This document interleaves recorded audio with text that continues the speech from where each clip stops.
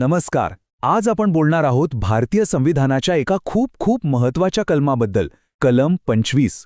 हे कलम म्हणजे काय, तर भारताने प्रत्येक नागरिकाला दिलेल्या श्रद्धेच्या वचनाचा तो पाया आहे. चला तर मग यावर एक नजर टाकूया. एक विचार मनात येतो नाही का, की आपला देश जिथे 1 अब्जाहून जास्त लोक राहतात, जिथे इतकी प्रचंड धार्मिक विविधता आहे, तो देश सगळ्यांना त्यांच्या श्रद्धेचं स्वातंत्र्य देतो तरी कसा? हा खूप मोठा प्रश्न आहे आणि याच प्रश्नाभोवती आजची आपली सगळी चर्चा फिरणार आहे. आणि या प्रश्नाचं उत्तर शोधायला आपल्याला कुठे लांब जायची गरज नाही. ते आपल्या संविधानातच आहे. आपलं संविधानच भारताच्या विश्वासाचं हे वचन जपतं. हो, आणि ते उत्तर आहे कलम 25. हे कलम म्हणजे आपल्या धर्मनिरपेक्ष देशाचा अक्षरशः कणा आहे. हाच तो आधार आहे जो प्रत्येक नागरिकाला आपापल्या धर्माचं पालन करण्याचं स्वातंत्र्य देतो. पण मग हे धार्मिक स्वातंत्र्य म्हणजे नेमकं काय? फक्त पूजा करण्याचा हक्क? नाही. कलम 25 त्याहून खूप मोठा आहे. यात एकाच नाही तर 4 वेगवेगळ्या प्रकारच्या स्वातंत्र्यांचा समावेश आहे. चला बघूया हे 4 मुख्य स्वातंत्र्य कोणती आहेत. हे स्वातंत्र्य ना 4 मुख्य खांबांवर उभं आहे. पहिलं म्हणजे सदसद्विवेक बुद्धीचं स्वातंत्र्य. सोप्या भाषेत सांगायचं तर कोणाला काय मानायचं आहे, कोणती श्रद्धा ठेवायची आहे, हे ठरवण्याचं पूर्ण स्वातंत्र्य. दुसरं, आपला धर्म उघडपणे सांगण्याचा, तो कबूल करण्याचा हक्क. तिसरं, आपल्या धर्माप्रमाणे पूजा अर्चा, विधी, सण उत्सव साजरे करण्याचं स्वातंत्र्य. आणि चौथं, आपल्या धर्माचा, आपल्या श्रद्धेचा प्रसार करण्याचा हक्क. पण इथे खूप महत्त्वाची गोष्ट लक्षात घ्यायला हवी.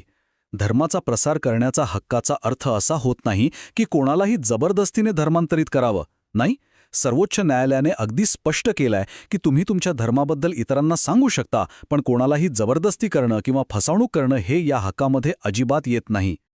आता हे सगळे हक्क खूप महत्त्वाचे आहेत, यात शंकाच नाही.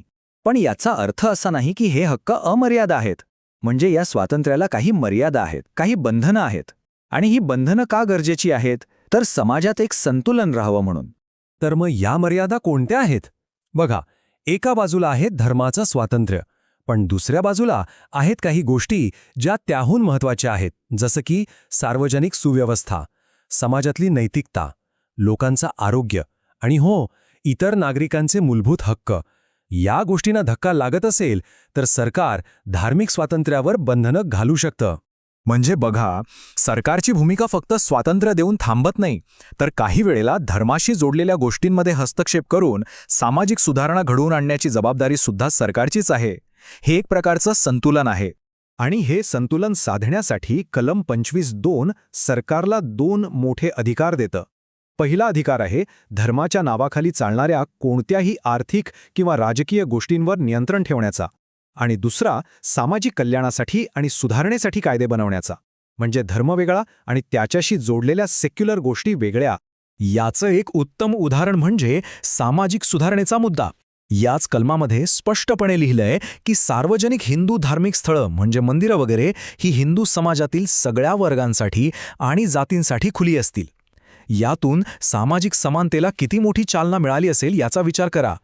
एक गोष्ट लक्षात ठेवली पाहिजे की हे कलम म्हणजे काही दगडावरची रेष नाही. हा एक जिवंत कायदा आहे. म्हणजे वेगवेगळ्या केसेसमध्ये न्यायालयाच्या निर्णयांमधून याचा अर्थ सतत बदलत राहतो, विकसित होत राहतो. उदाहरणार्थ शीख धर्माबद्दल बघूया. संविधानातच एक स्पष्टीकरण दिलंय की शीख बांधवांनी कृपाण घालणं आणि सोबत बाळगणं हा त्यांच्या धर्माचाच एक भाग आहे आणि तो त्यांचा हक्क आहे. तसंच आणखी एक महत्त्वाचं स्पष्टीकरण आहे.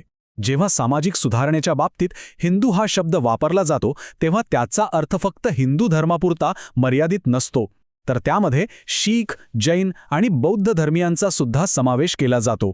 हा एक खूप महत्त्वाचा कायदेशीर पैलू आहे. पण मग इथे एक मोठा प्रश्न उभा राहतो नाही का? प्रत्येक धर्मात शेकडो हजारो प्रथा असतात. मग यातल्या कुठल्या प्रथेला संविधानाचं संरक्षण मिळणार आणि कुठल्या नाही, हे कोर्ट कसं ठरवणार? यासाठीच कोर्ट एक टेस्ट वापरतं, ज्याला म्हणतात अत्यावश्यक धार्मिक प्रथा चाचणी.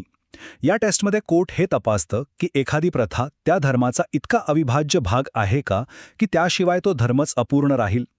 जर उत्तर हो असेल तरच त्या प्रथेला कलम 25चं संरक्षण मिळतं. आणि शेवटी हा सगळा विचार केल्यावर एक प्रश्न मागे उरतोच. कलम 25 म्हणजे खरं तर व्यक्ती आणि समाज यांच्यात एक नाजूक संतुलन साधण्याचा प्रयत्न आहे. पण हे संतुलन साधताना एका व्यक्तीची श्रद्धा कुठे संपते आणि समाजाचं हित कुठे सुरू होतं, ही सीमारेषा कशी ठरवायची? हा एक असा प्रश्न आहे ज्यावर आजही विचार करणं गरजेचं आहे.